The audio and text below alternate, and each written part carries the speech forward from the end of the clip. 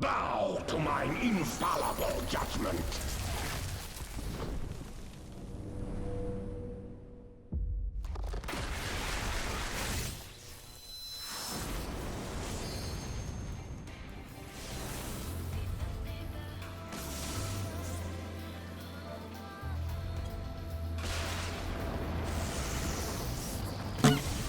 Welcome back to the Mentor Roulette grind. This time we're playing Red Mage on a Friday evening. And this set was weirdly specific with what we were getting. Expert roulettes, replacement in alliance raids, some normal raids, and of course, extremes. Duty 1 is however one of the expert roulettes, so hop to this timestamp if you want no spoilers. With that out of the way, we went to Alexandria, and I guess it was a good call that I bought a new weapon for my Red Mage before starting the set. I already had mage gear in general, but my Red Mage weapon was actually the freebie from level 99.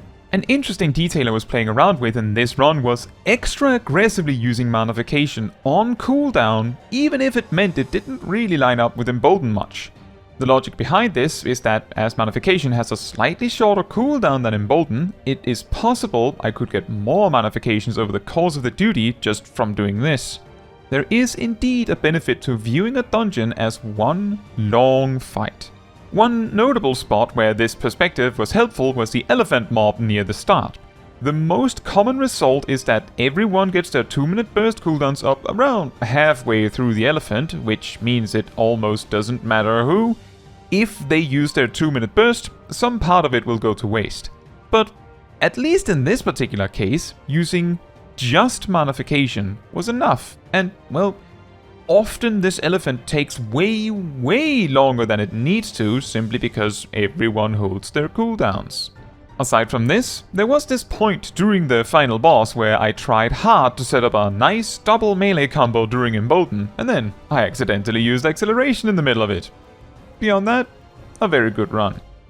For Duty 2, we went to Garuda Extreme, and I looked at this situation and I wasn't even sure where to start. With Garuda Extreme specifically, there is a lot happening, but splitting up the adds is what really matters.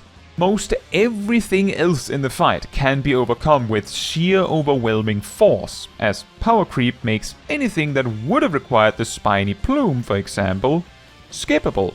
As we went at it, one of the other mentors mentioned splitting up the adds, but apparently it takes a few seconds before you need to have them split, so how about we just kill one before it even becomes an issue in the first place? And then we just rush down the rest of the fight before anything else gets in the way. This was actually the shortest duty in this entire set. For Duty 3, I was an instant replacement in Royal City of Rabanastre. Recently, I feel like the only way I land here is as a replacement. Quite strange. During the Hashmal fight, the guy with the towers, I was quite focused on attacking, so I didn't really notice that both of the other alliances lost both of their healers until they actually started asking for help. The moment I turned to help, I got swiped by the apparently cleaving tank buster. Oh well. Last time, I also talked about this chariot guy, and this time we wiped to the intermission because somehow we ended up with only 3 players in the B spot.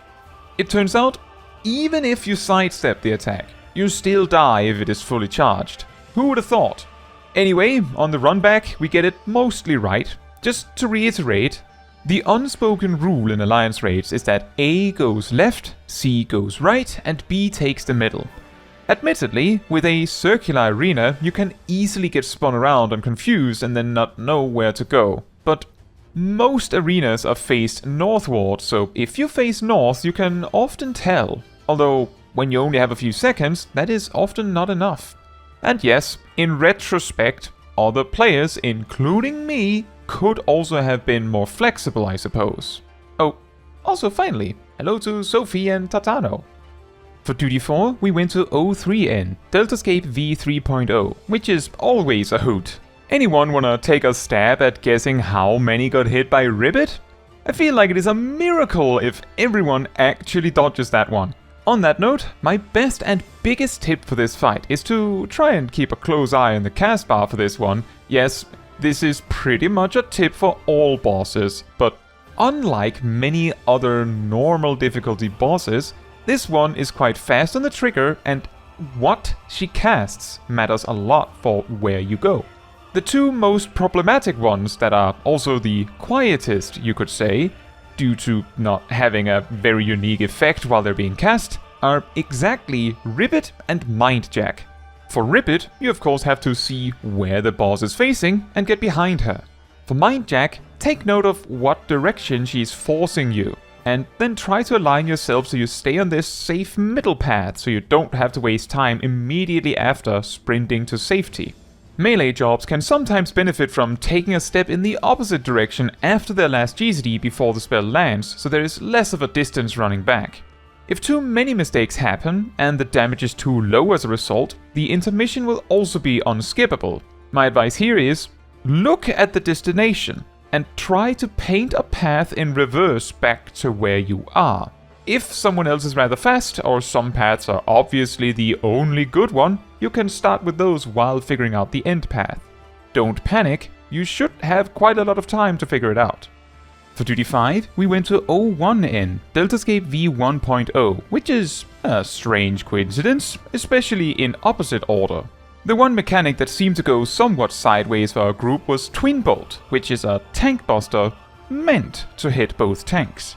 The way it actually works is that it targets the main tank and, from what I can tell, whoever's closest to them, meaning the other tank simply has to walk over to the main tank. The first time this mechanic came up, what happened instead is that the closest Viper ran away, leading to me getting smacked. Fortunately, it is livable, it seems.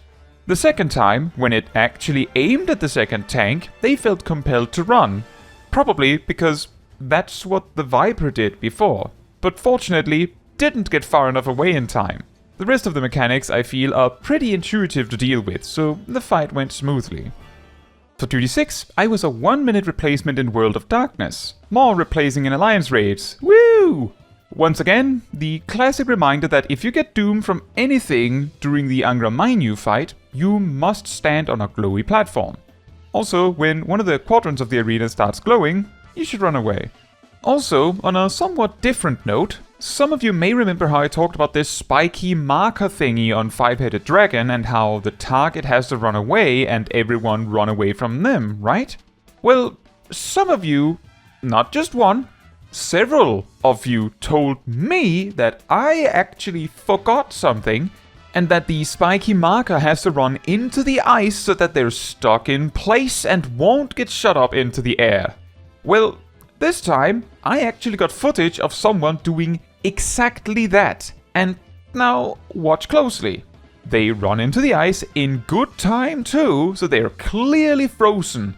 So tell me exactly, what happened here? Seems the ice is just there to be in the way, and it might just not be avoidable to get shot into the air. Or is there something else going on? Let me know.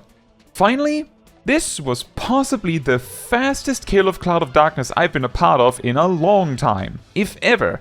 The sucking in clouds phase didn't even end. For Duty 7, I was an instant replacement for Copied Factory. Turns out people hate Crystal Tower, Ivalice, and Near Raids. Strange. In fact, apparently a large part of B, my team, specifically, left. This led to our team having 0 healers for the first boss. Good thing I came in as a Red Mage, huh? Fortunately, we both got some assistance from some of the healers from the other teams, and I also got a lot of usage out of Valkyr. It didn't cause that much issues as a large part of the damage in this fight is avoidable. We somehow made it through, and got replacement healers after this fight.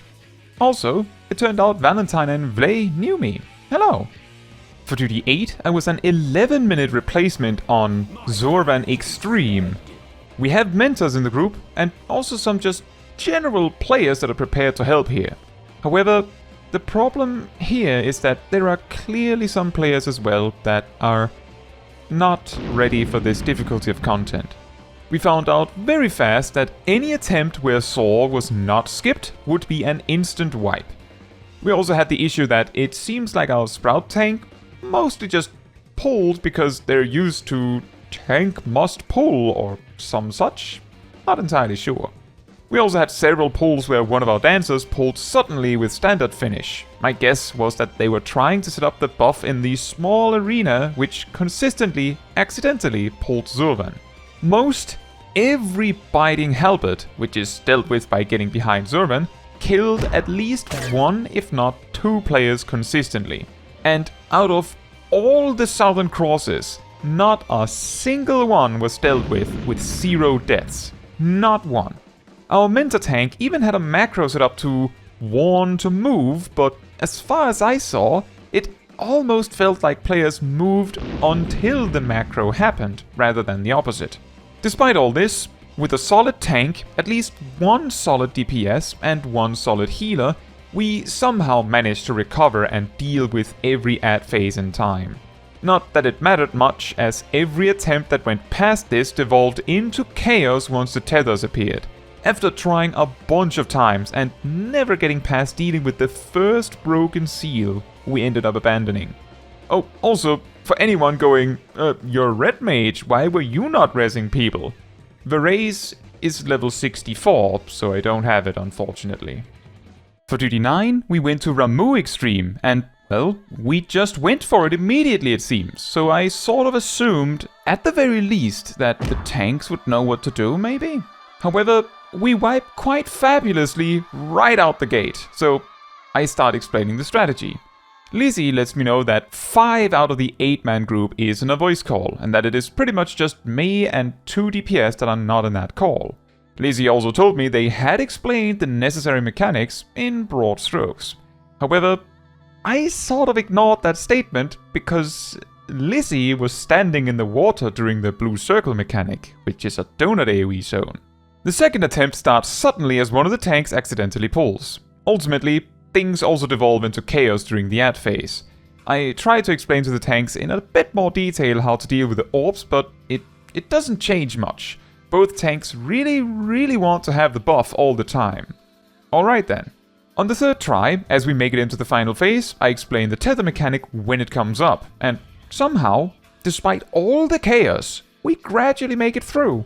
Near the end, I advise Mei, the current tank at the time, to grab an extra orb so they could extend their buff, but they don't budge, leading to an alternate line where Cal gets the buff, Mei dies, and Cal takes over. We still win though. One more in the books of very clean extreme runs.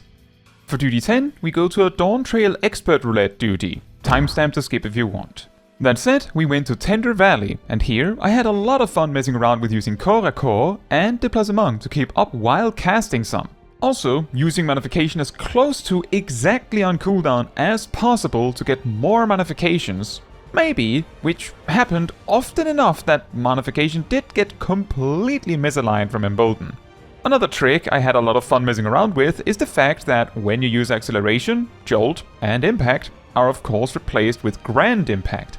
But if you have procs, you can juggle that Grand Impact instant until you want it or need it, or well, up to 30 seconds at least. So I spent time messing around with juggling it by using the Fire and the Stone while I had the procs. Also, engaging Mathkai. Just in general, with both the Swift Cast cooldown reduction, the Grand Impact addition, and just generally how many melee combos you get, it does feel like Jolt 3 is a reasonably rare feature in the rotation on average luck. I believe we still expect about 3 melee combos in a 2-minute time frame, and maybe a bit more than that. That's already 38 seconds of stuff, and each melee combo means a guaranteed proc, so that's also 15 seconds of not casting Jolt, 53 seconds in total. Out of 2 minutes, you also get 3 swift casts, and on average, you get 1.5 procs out of that, so that is about 15 seconds on average, 68 in total. You also get at least 2 accelerations per 2 minutes, which each spends 5 seconds, and each guarantees a proc as well, leading to a combined 20 seconds more of not using Jolt, for a total of 88 seconds, leaving about 6 regular 1-2 dual cast sets, and on average every other set has a proc involved, so a good estimate is that with perfectly average luck, and using cooldowns on cooldown, which isn't always possible or smart, a Red Mage would only need to use Jolt 3 like About 3 times actually in a 2-minute window. Weirdly convenient. Thanks for joining me for Math Kai. And finally, for duty 11, we went to E8N, Eden's vs Refulgence, and it turned out Severia knew me. Hello. I don't get this duty very often, shocker, so my surprise might be confusing, but I was surprised by how much we seemingly skipped. For a moment, I was wondering if it was even possible to skip the intermission. I don't believe it is, but still. In this fight specifically, there is one mechanic I'm never sure about, and it is mirrors, and not just mirrors, a specific configuration. If she uses axe or scythe kick, I'm perfectly clear on it. Axe means get away from the mirrors because it means get away from her. Scythe is a donut, so that means get to the mirrors because it means go to her. If she does the big frontal cone or backside cone, then I'm never sure because how do the mirrors mirror a backwards cone? Not that I recall seeing her use that combo specifically, but it has this effect that I would think the solution when she cleaves the majority of the room, that you get close to the mirrors to mirror getting behind her. But it seems the actual solution is stay behind her, which is a bit weird. Also, there is one mechanic in this fight that can be a bit confusing to solve beyond this, and it is Light Rampant, the normal version. What follows after the AoE is a set of mechanics. First, 2 players get marked with cone AoEs, and 4 circles appear that need at least 1 person in each. Optimally, the marked players stand such that their cones shoot between the circles, but given the damage the mechanics do, a marker could stand in a circle and just do both. The second wave, 2 players get marked again, and 2 circles appear that require 2 players in each. This time, there's much better space for the marker players to get away as well. The third wave, only 1 circle appears that requires 4 players, but again, 2 players get cone markers. What really matters in this mechanic is that both markers don't stand on top of each other on a circle, as that can be lethal. What a strange set this time around. I'm not entirely sure if I like or dislike being the replacement person in all the alliance raids players don't like, although it seems a significant portion of players dislike every alliance raid at this point. Just thinking out loud, wouldn't it be easier to not queue for Roulette, where there is a substantially high chance you get something you don't want? This one also goes out to those that dip when they get Ghost Park in Expert Roulette. You could specifically queue for the other 2 Expert Roulettes and possibly clear them twice before the lever penalty for Ghost Park would be up, and you'd actually end up with more tombstones at the end of it. It's just a suggestion. Anyway, quite a strange combo of Expert, Normal Raids, Alliance Raids and Extremes. No trials, no non-expert dungeons, not even a guild test. Weird. Now, that is all for this video. Thank you so much for watching. If you would like to support me and my channel more directly, you can become a member like these wonderful people here. You can also alternatively support me through Ko-Fi, link in the description. You can also support the channel by letting the YouTube algorithm know by liking the video, leaving a comment, subscribing, sharing, and hitting the bell to get notified when next I post a video.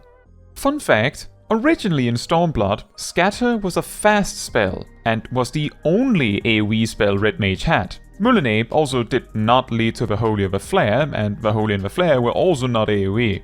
Impact, instead, was a guaranteed proc for Jolt, meaning that every time you used Jolt, while you had a chance for the Fire and the Stone from the Thunder and the Arrow, Impact was guaranteed, and just as strong as the other procs. So back then, at most, half of the time you would use Jolt,